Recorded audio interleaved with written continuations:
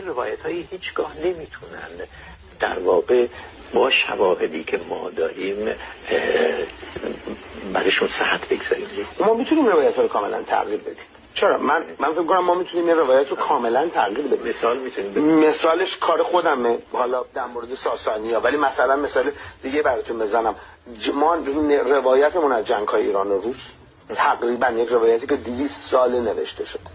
ما این رو حاصل یک سری اشتباهات عملی در دستگاه حکومت قاجاریه و یه سری کمبودهای شدید در سیستم نظامی و اصلا حتی خیانت دولت مردان قاجاری از جمله شخص فتحعلی شاه میدونیم. خب کتاب جدیدی که آقای دکتر مازیار بهروز در آوردن در مورد این کلا روایت جنگ رو که تغییر میده. بعد آدمایی مثل منو چند نفر دیگه هم قبلا صحبت اینو میکنن که ما باید اینو در قالب جهانی بررسی کنیم. ما داریم در دنیای صحبت میکنیم که روسیه‌ای با ایران جنگیده که چند سال قبلش فرانسه رو شکست داده بوده. بله. ما این اگه در قالب جهانی ببینیم اینه که بقیه ایران رو نگرفتن خیلی مهم بوده. اینکه که تبریز نمیدن عجیبه. برداشت ما از فتحعلی شاه متفاوت میشه.